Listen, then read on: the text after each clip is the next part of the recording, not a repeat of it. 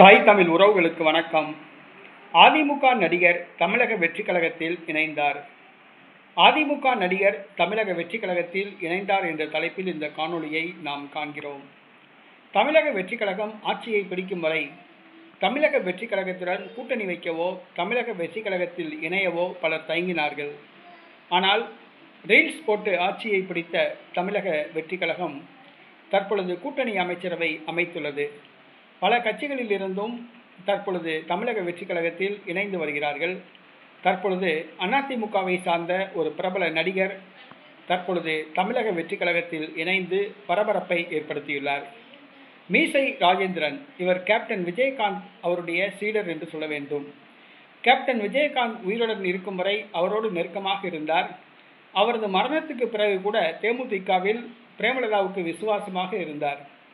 ஆனால் கேப்டன் மரணத்துக்கு பிறகு, விஜயகாந்த் மரணத்துக்கு பிறகு பிரேமலதா கையில் சிக்கிய அந்த தேமுதிக குரங்கு கையில் சிக்கிய பூமாலை போன்று ஆனது.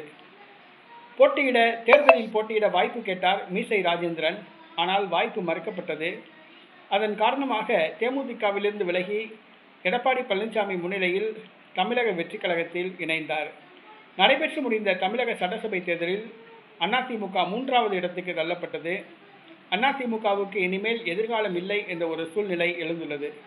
அதிமுகவை வழிநடத்த அல்லது பொதுமக்களை கவர்ந்திருக்கக்கூடிய ஒரு நல்ல தலைவர்கள், ஆளுமை மிக்க தலைவர்கள் யாரும் கிடையாது. எடப்பாடி பழனிசாமிக்கு பிறகு அதிமுக இருக்குமா என்ற ஒரு கேள்வி எழுந்துள்ளது. இந்த சூழ்நிலையில் தனது அரசியல் எதிர்காலம் கருதி மீசை ராஜேந்திரன் அதிமுகவிலிருந்து விலகி இன்று தமிழக வெற்றிக் கழகத்தில் இணைந்துள்ளார். அதிமுகவை சார்ந்த நடிகர் மீசை ராஜேந்திரன் அதிமுகவிலிருந்து விலகி தமிழக வெற்றிக் கழகத்தில் இணைந்தது அதிமுக தொண்டர்களுக்கு ஒரு அதிர்ச்சியை கொடுத்துள்ளது.